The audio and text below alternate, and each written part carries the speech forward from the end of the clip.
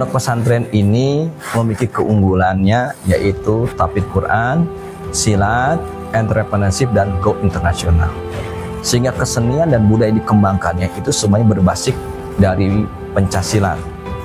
Dari pencaksilat itulah melahirkan beberapa produk seni dan budaya yang memiliki garis nasab dari silsilah, yaitu dari kerajaan Prabu Siliwangi, itu kerajaan Pajajaran. Yang kemudian seni budaya yang dikembangkan oleh pesantren Negeri Ampat itu semuanya berbasiskan kepada orah bela diri pencaksilat. Salah satunya adalah yang sudah memiliki prestasi yaitu permainan bola dengan seni. Bola dengan seni itu berasal dari jurus pencaksilat yang disebut dengan Nyonyo Osene, di mana harimau memainkan atau mempermainkan api ya dengan tangannya.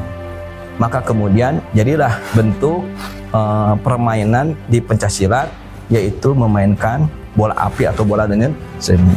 Lalu ini kemudian menjadi ranahnya bukan pencaksilat lagi, tapi sudah menjadi ranahnya olahraga tradisional.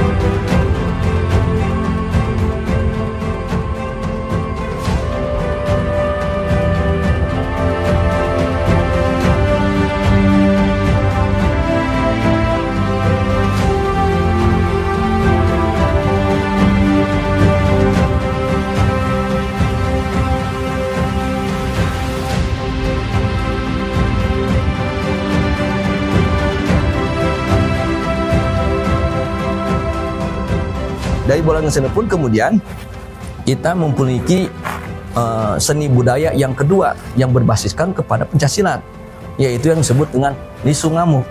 Karena Lisung Ngamuk itu adalah permainan yang dulu di zaman Pajajaran ada dua tokoh penting, Ki Tupang dan Nyi Centrik di abad 13-14, yang kemudian tokoh budaya ini, tokoh masyarakat di zaman Kerajaan Pajajaran ini menggunakan lisung untuk memberantas pengacau atau rampok yang ada di kampung-kampung di zaman dulu, zaman Kerajaan Pajajaran. Caranya bagaimana? Caranya adalah tokoh masyarakat ini dengan doa-doanya dalam legendanya itu menaiki lisung, lalu lisungnya terbang, lalu kemudian memberantas memukul para perampok. Dari situ kemudian dijadikanlah olahraga tradisi seni budaya yang dikenal dengan ngagotong lisung atau disebut Lisung Ngamuk.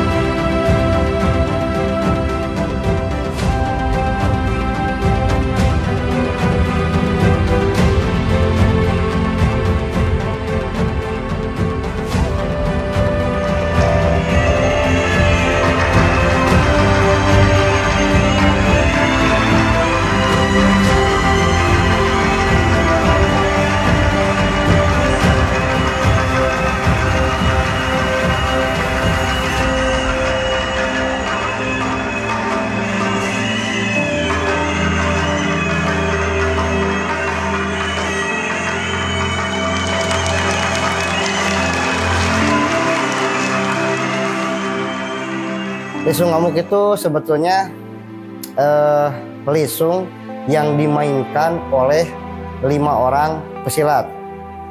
Terdiri dari 4 orang jawara yang menggotong lisungnya dan 1 orang pawang lisung atau kisunda, di mana tugas mereka beda-beda. Yang 4 orang tugasnya menggotong lisung dan yang menjadi pawang itu tugasnya membawa lisung dari luar ke dalam arena. Nah, sebelum lisung dibawa ke dalam arena, kita itu harus persiapan dulu. Yang pertama, sebelum jalan, musik sudah harus mulai. Nah, biasanya kami mau masuk ke arena itu diiringi dengan musik kidung. Kenapa musik kidung? karena memang itu yang cocok menurut kami. Nah, setelah itu baru kita sudah melakukan salam perguruan, kita jalan dengan menggunakan kaidah silat. Nah, di sini para jawara yang 4 orang itu setidaknya mereka harus menguasai atau harus paham tentang kaidah silat. Karena kalau jalan tanpa kaidah silat membawa lesung itu kurang enak dilihat. Nah, setelah jalan terus sampai ke tengah arena, sekiranya sudah pas baru kita berhenti, musik juga berhenti, lalu kita tutup dengan salam perguruan lagi. Di situ ketika sudah salam perguruan, musik jalan lagi dan si pawang mulai memainkan dulu gerakan silatnya, sejurus atau 2 jurus. Setelah itu si talinya dibuka, tali kakangnya dibuka, baru dipersiapkan musik, dan ketika lisung dipukul, musik berganti, yang tadinya kidung menjadi musik padungdung. Oke, dipukullah si lisung, akhirnya dia memutar atau ngamuk.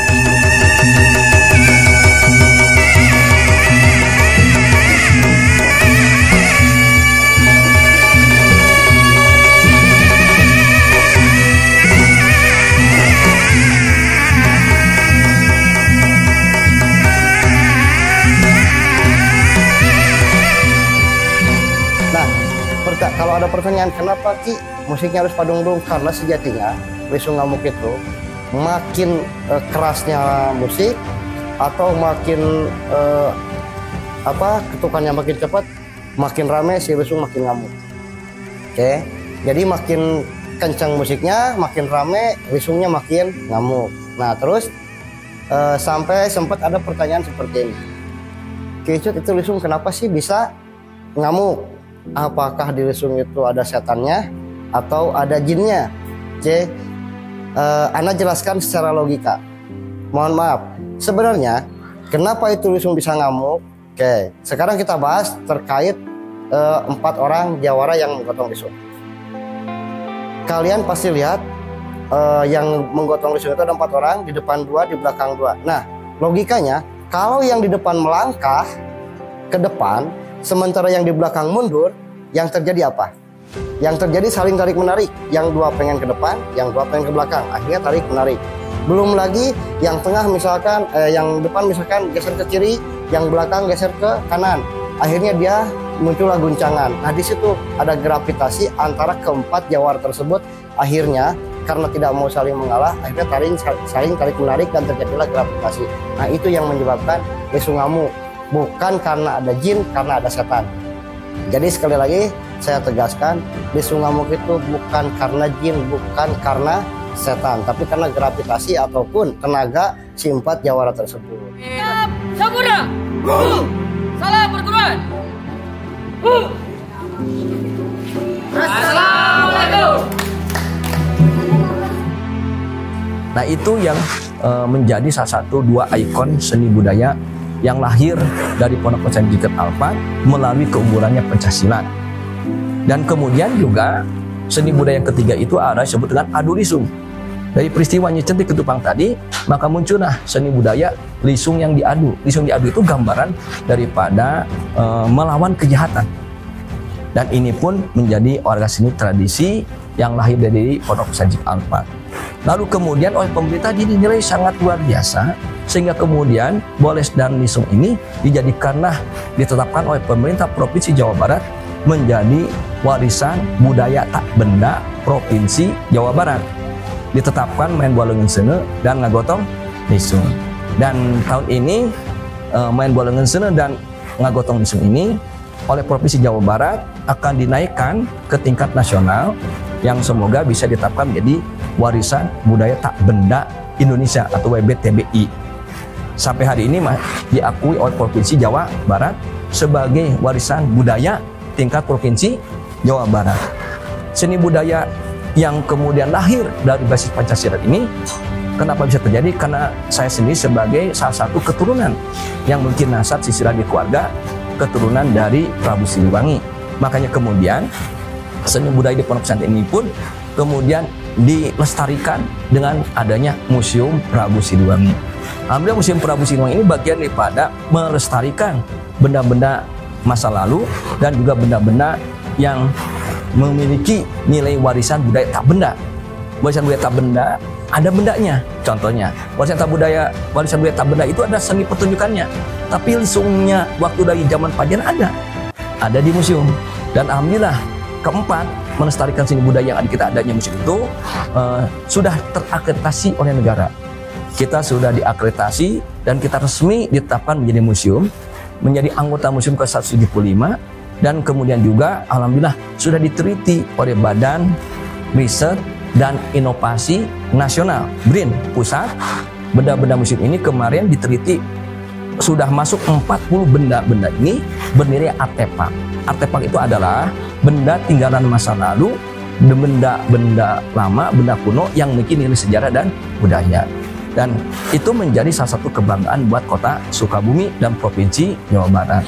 Maka kemudian seni budaya yang dikembangkan di Pondok Pesantren Tiga Abad itu dilestarikan, satu melalui adanya museum, dan museum itu menjadi pusat pembelajaran, pusat pendidikan, pusat pelatihan, dan pusat penelitian. Maka sudah banyak dari perguruan tinggi seperti dari UPI, dari UIN yang melakukan penelitian untuk tingkatan S1, S2, dan S3. Ya, sehingga kalau diambil kesimpulan di Pondok Pesantren Tiga Abad ini dalam rangka melestarikan, memelihara dan mengembangkan seni budaya, khususnya seni budaya dari Jawa Barat. Kita ada bola dengan sene, ada ngagotong lisung ngamuk, ada adu lisung, dan benda-bendanya dilestarikan dengan adanya Museum Prabu Siliwangi. Bukan hanya itu, lalu kita kembangkan juga jurus khas aliran Sang Bang Bodas. Nah, pencaksilat ini ada di bawah IPSI Kota Sukabumi dan di Provinsi IPSI Jawa Barat dan tentu IPSI di tingkat nasional. Maka di Pondok Pesantren Tiga Abad dalam rangka mengembangkan pencaksilat sebagai warisan budaya tak benda dunia, karena pencaksilat merupakan bagian daripada warisan budaya, ya, bukan hanya sebatas olahraga bela diri. Nah, maka pencaksilat itu masuk ke dalam ranah seni dan budaya juga, bahkan masuk ke ranah produk wisata. Maka alhamdulillah kita mengembangkan jurus-jurus khas. Jurus khas apa saja yang kemudian dikembangkan dan menjadi aliran pencaksilat sebagai warisan budaya tak benda dunia. Ya, karena pencaksilat secara keseluruhan ditetapkan oleh dunia. Maka jurus-jurus Pancasila di aliran Sang Bodas yang merupakan warisan budaya tak benda dunia sebagai bagian daripada Pancasila yang dikembangkan, dijaga, dipelihara sebagai tinggalan dari masa lalu. Salah satunya adalah jurus Maung Kebet, kedua jurus Golok Kalapetok, ketiga jurus Pancakinanti, keempat jurus kuda-kuda yang namanya engkang-engkang.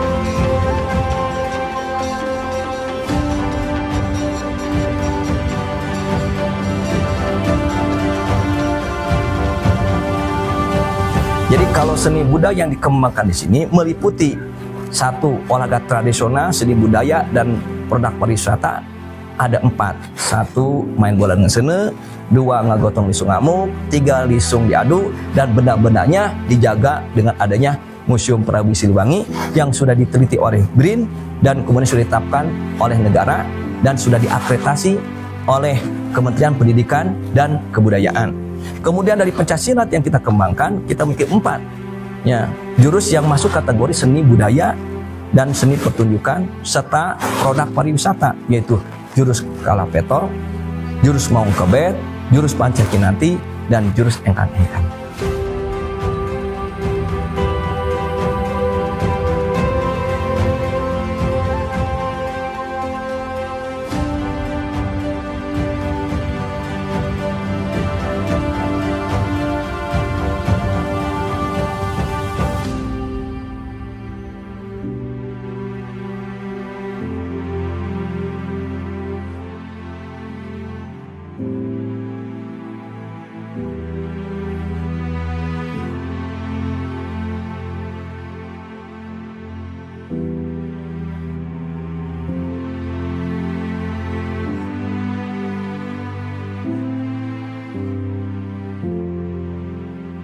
maung bodas. Semaing, semaung, semencak, kena kencana.